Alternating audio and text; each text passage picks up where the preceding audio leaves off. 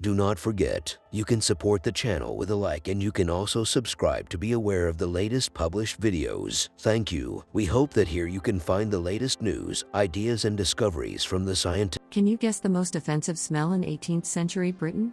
Clue: many modern noses would have found it comforting. If we were to find ourselves transported back to Georgian era Britain, it can be said with certainty that our noses would be in for a shock. In a time before adequate sanitation and the personal hygiene standards we are used to today, the everyday smells of Georgian towns would be rather frightful. To the 18th century nostril, however, such smells would have been so commonplace, they would have caused little offense. Except for coffee. Today, the aroma of roasted coffee beans is a common smell that is part of everyday life.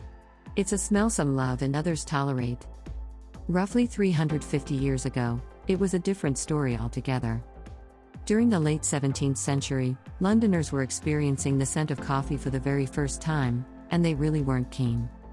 Pamphleteers of the era complained that coffee smelt like urine, soot, old shoes, and even the sulfurous stench of hell.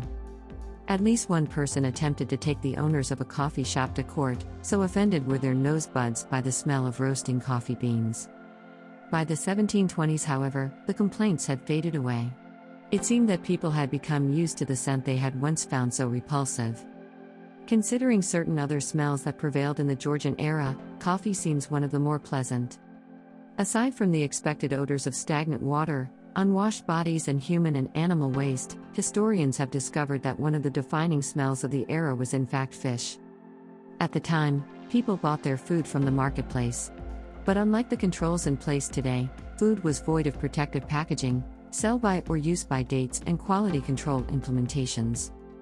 A nose was therefore a shopper's most valuable tool when visiting the market. Numerous household manuals of the era contained guides informing their readers what to smell for when purchasing food, especially meat and fish.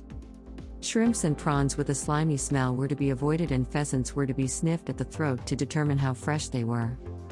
With butter, customers were advised to never take the piece offered by the tradesman, but instead to bring their own knives and choose their own piece, sniffing it thoroughly before purchase.